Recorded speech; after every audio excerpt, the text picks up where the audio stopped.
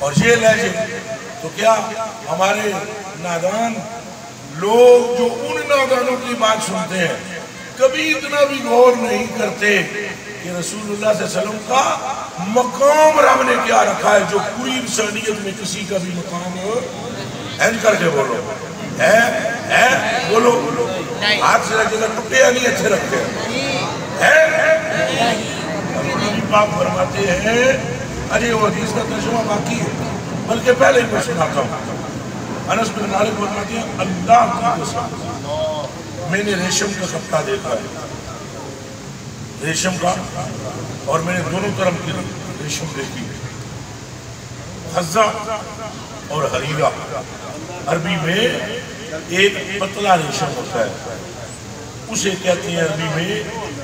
خزہ حریرہ اور موٹا جو ہوتا ہے اسے خزہ وہ فرماتے ہیں میں نے موٹا ریشم بھی دیکھا ہے اور میں نے پتلا ریشم بھی کپڑا مگر اللہ کی قسم جب ہم نے رسول اللہ سے ہاتھ ایسے ملایا ایسے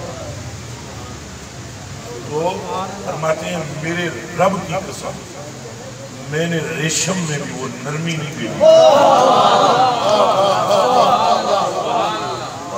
میں نے ریشم میں یہ انداز دیکھو کہاں یہ رنگ اور کہاں یہ بکواس یہ تو اپنا پیشاب بھی نہیں روک سکتے ہماری آنکھیں کھلنی چاہیے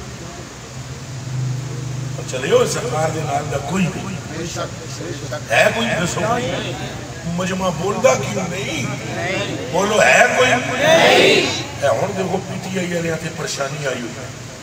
میرا سیاست میں ایسا سے کوئی تعلق نہیں پر میں تمہیں سمجھانے کے لیے ایک بات کہتا ہوں ٹینشن جہن کے کوئی اچھا بولو